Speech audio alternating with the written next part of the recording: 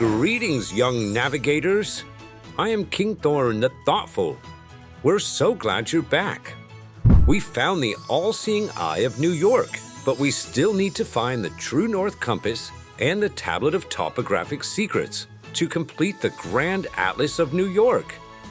Our next clue says the true north compass is hidden somewhere in New York. This compass doesn't just point north. It can help us understand how others feel when they are lost or confused. The clue also mentions that the compass can sense the difference between cardinal and relative directions.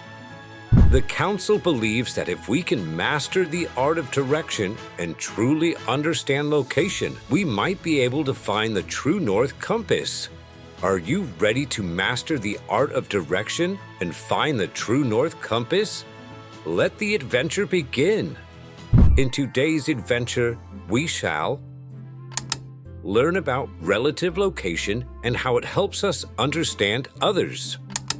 Discover how to use cardinal directions and master the art of coordinates. See how different people might feel about different kinds of directions. Let's unlock the secrets of relative location and see how it can help us understand not just where things are, but also how people feel about a place. Imagine you're at your favorite park when you see someone new to the area looking lost and confused. Their brow is furrowed and they keep looking around with a worried expression. You approach them and they tell you they are trying to find the library. Instead of just giving complicated directions, you use relative location. You say with a reassuring smile, "Don't worry, the library is right next to the park, just past the big oak tree. You can't miss it." You've not only given directions, but also acknowledged their feelings and offered comfort, making them feel more at ease. You've used relative location to connect with them and understand their perspective. Similarly, when describing where New York is, we can use relative location to paint a picture. We might say it's east of the Great Lakes, like it's reaching out towards the Atlantic. Or we could mention it's south of Canada, our friendly neighbor to the north. We can also say it's west of Massachusetts or north of Pennsylvania. These descriptions don't just tell us where New York is. They help us feel its position in relation to other places. Now, just as we look for clues about how others are feeling, we can look for clues about direction using a compass rose. A compass rose is a symbol on a map that shows us all the main directions. It looks like a star or a flower with 8 points, and each point tells you a different location.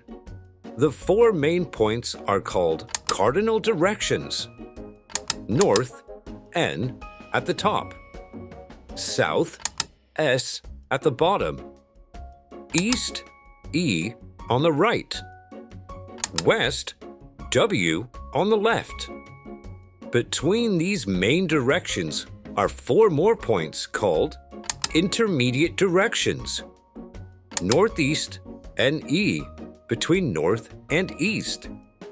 Southeast, SE, between south and east. Northwest, NW, between north and west. Southwest, SW, between south and west. Think of the compass rose as a helper on your map. Whenever you need to know which way something is, you can look at the compass rose to figure it out.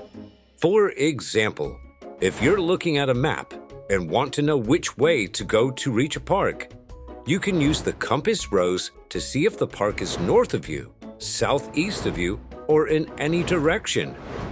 Every good map has a compass rose because it's one of the most important tools for understanding direction on a map. When you look at a map without a compass rose, it's like trying to follow directions without knowing which way is which. Now, sometimes people need more precise directions. That's when we use coordinates. Coordinates give us exact locations using latitude and longitude. Imagine our Earth wearing a special grid, like a giant checkerboard or a magical net cast across the globe. This grid is made up of two sets of lines, latitude and longitude. Lines of latitude are like invisible hula hoops circling the Earth, running east to west. They're parallel, meaning they never touch, like the lines on a ruled notebook. The most famous latitude line is the equator, which circles the middle of the Earth like a belt, dividing it into northern and southern hemispheres.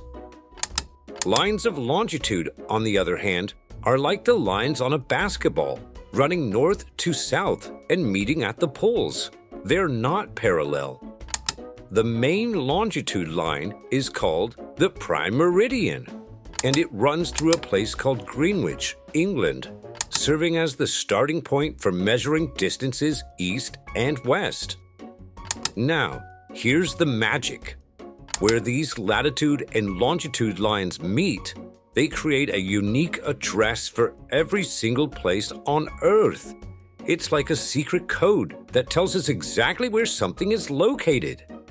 These are called coordinates, and they are written with latitude first and followed by longitude, like this: 40.7128 degrees N north, 74.0060 degrees W west.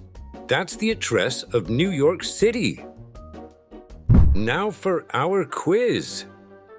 If someone looks lost and points to a map asking about Buffalo's location, how could we help them feel more confident? A. Tell them to use coordinates. B. Tell them it's in New York.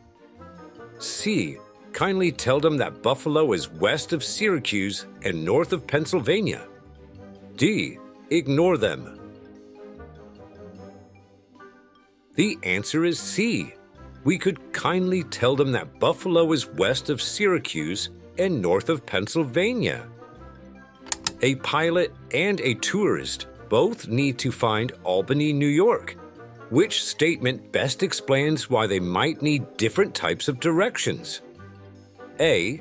The pilot needs exact coordinates for navigation instruments, while the tourist might prefer relative landmarks for walking around. B. The pilot and tourist should both use landmarks.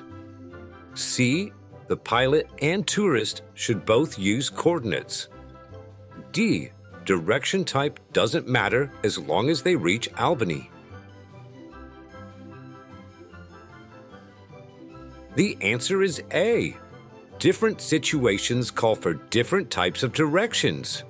A pilot flying high above the Earth needs precise coordinates to use their navigation systems, while a tourist walking around the city would find it more helpful to know that the Capitol building is 3 blocks north of the park or across from the History Museum.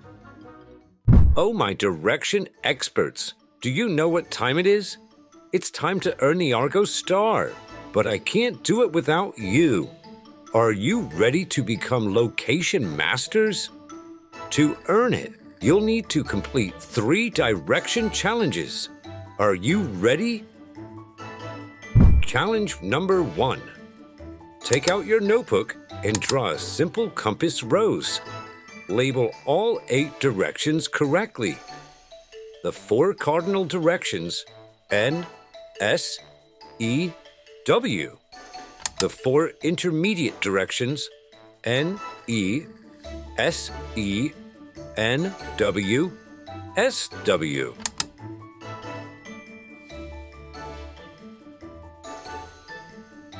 Challenge number 2. Look at the map on your screen. Using the compass rose you just drew, write down which direction is Buffalo from Albany. Which direction is New York City from Syracuse? Which direction is Lake Ontario from Lake Erie?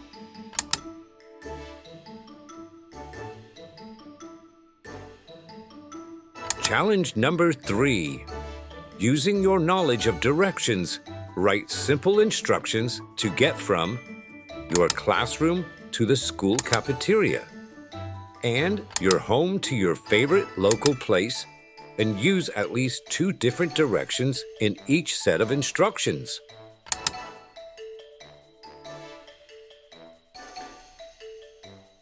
Yes, you did it! You're officially location masters. Give yourselves a round of applause. Let's review what we've discovered. How relative location helps us understand where things are. Why cardinal directions guide us like emotional cues guide our interactions. How coordinates provide precise locations. Why different people might prefer different types of directions. What's this? The compass is glowing brighter. It's a sign that our learning is working. And look, there's an inscription on the back. It says, "True north is not just a direction, but a state of mind." I think it means that being able to understand and respond to others is just as important as knowing directions. We did it! By learning about relative location, cardinal directions, and coordinates, we found the true north compass. It was hidden inside the compass the whole time, waiting for us to unlock its power. When we use it, we can sense not just where things are, but how people might feel when they are lost or trying to find their way. But our quest isn't over yet. The tablet of topographic secrets is still out there. Will you join me in the next video to continue our adventure and learn about geographic information systems? Onward, young navigators!